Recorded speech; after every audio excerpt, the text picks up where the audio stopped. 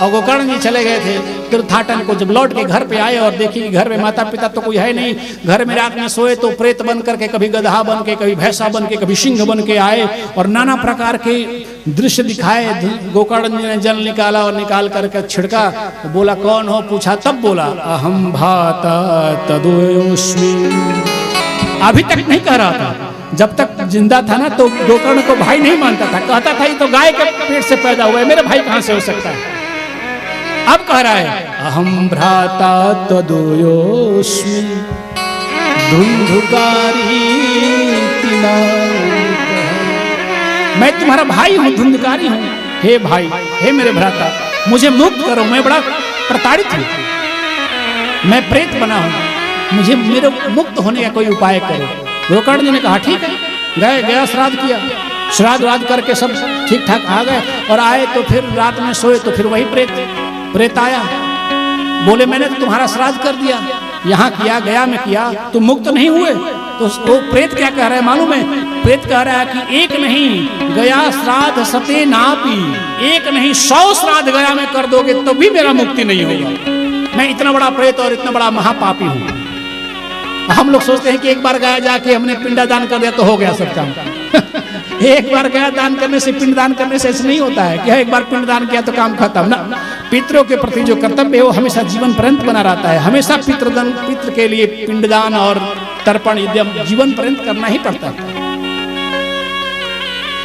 बोले फिर क्या करें? बोले कोई अनक्त उपाय करो।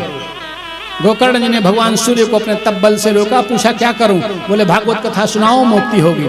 गोकर्ण जी ने भागवत कथा का आयोजन किया, भागवत कथा सुनाने शुरू किए, प्रेत को आवाहित किए, प्रेत तुम भी आओ सुनो। और वो प्रेत धुंधकारी आया और प्रेत को बैठने का कोई जगह नहीं था, तो एक खंभा था ना, बांस का खंभा, उस बांस के खंभे में बैठ गया।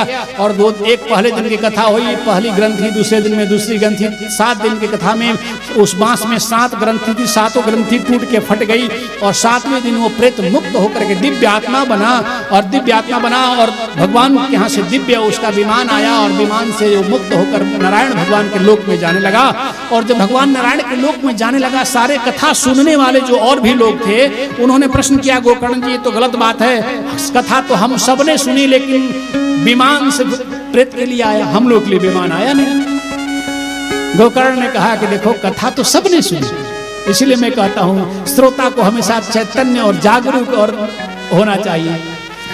तो कथा तो सबने सुनी लेकिन जो प्रेत ने कथा सुनी वो जागृत होकर के कथा सुनी और उस कथा का मनन किया कि मैंने कथा क्या सुनी और उस कथा से हमें क्या सीख मिली, हमें क्या करना चाहिए। और आप सबने कथा सुनी, कथा सुन के यहाँ से उठे और गए और चले गए, फिर अपने अपने काम में व्यस्त हो, कथा याद नहीं। अगर आज की कथा किसी को कल पूछ दी कि कथा कल क्या हुई तो किसी को याद ही नहीं रहता, क्योंकि उसका मनन नहीं करता।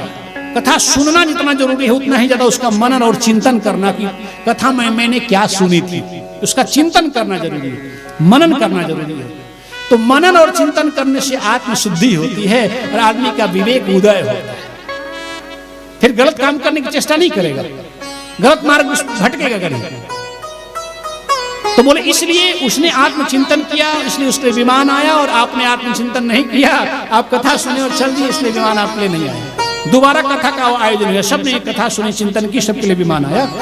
तो इस कथा के माध्यम से सनक सनंदन ने सुनाया कि देखो भागवत कथा है, जो बड़े से बड़ा महाप्रेत धुंधकारी जैसे व्यक्ति भी मुक्त हो गया तो सामान्य जन की क्या बात है, सामान्य तो मुक्त होंगे।